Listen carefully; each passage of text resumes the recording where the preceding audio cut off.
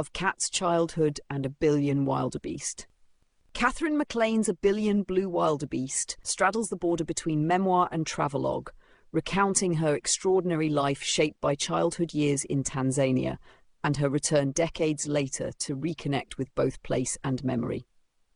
The narrative begins in 2017, when MacLaine journeys back to Dar es Salaam and rescues Stanley, a disabled street cat. From there, the story unfolds in a dual structure. Her experiences as a child uprooted from Canada to Africa in the 1970s, and her reflections as an adult revisiting the landscapes, people, and animals that defined her formative years. Through anecdotes of wildlife encounters, cultural adaptation, and family life, she builds a rich portrait of Africa as both a geographical space and an emotional homeland. The book's central theme is belonging, how identity is shaped by place, family, and the creatures we share life with. MacLaine's lifelong devotion to animals underscores a broader exploration of compassion, responsibility, and loss. Colonial legacies and the shifting realities of Tanzanian independence weave through the background, offering historical texture without overtly dominating the personal narrative. Another recurring theme is resilience, both her own, adapting as a child to a new world, and that of the animals she cares for, from rescued mongooses to the staggering Stanley. The wildebeest, referenced in the title, become a symbol of both abundance and the overwhelming immensity of life in Africa. Though non-fictional, the characters are vivid.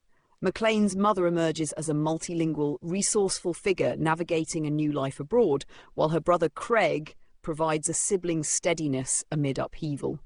Tanzanian voices, neighbours, shelter workers, friends add authenticity, even when pseudonyms are employed for privacy. The settings are sharply drawn. Dar es Salaam in the humid early 1970s, game parks alive with wildebeest and lions, and later, a rapidly modernising Tanzania that both preserves and erases MacLaine's childhood landmarks. The environments, both natural and urban, are as essential to the story as the people. The narrative is consistently engaging, though uneven in rhythm. Childhood chapters, filled with wonder and discovery, read with the immediacy of a novel, while later passages, particularly around animal welfare, tilt toward reportage. At times, the detail of letters, aerograms, and journal fragments slows the momentum, but the authenticity they provide outweighs the pacing challenges. The most gripping moments occur in contrasts: childhood innocence against adult disillusionment, the joy of animal companionship against the stark realities of their suffering.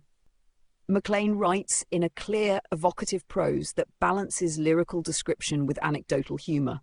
She occasionally invokes quotations from explorers and writers such as Beryl Markham, situating her personal narrative within a broader tradition of African memoir. The use of Kiswahili phrases enriches the text, while her interweaving of letters to her father lends an epistolary quality. If there is a limitation, it lies in the occasional tendency towards sentimentality, especially in passages about animals. Yet this is also where her voice feels most sincere and distinctive.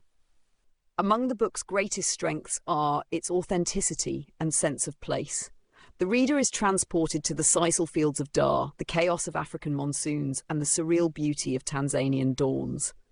The personal story, especially the rescue of Stanley, serves as an emotional through line that ties together past and present. However, the work's hybrid nature occasionally blurs its focus. It is neither fully a childhood memoir nor purely a contemporary travel account, which may frustrate readers seeking a more linear narrative. A Billion Blue Wildebeest adds to the tradition of African expatriate memoirs while offering a unique perspective, that of a Canadian child raised in East Africa, now reflecting as an adult on memory, identity, and responsibility. Readers who appreciate books like Markham's West with the Night or Joy Adamson's Born Free will find resonance here, though MacLaine's emphasis is more intimate and less sweeping in scope. It is a contribution to both animal welfare literature and expatriate memoir, appealing to those who love Africa, who grapple with questions of cultural belonging, or who are drawn to human-animal connections.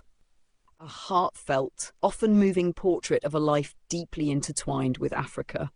Though the book occasionally wanders in structure, its sincerity and sensory richness compensate for its digressions. It is recommended for readers of memoirs, animal narratives, and African travel writing.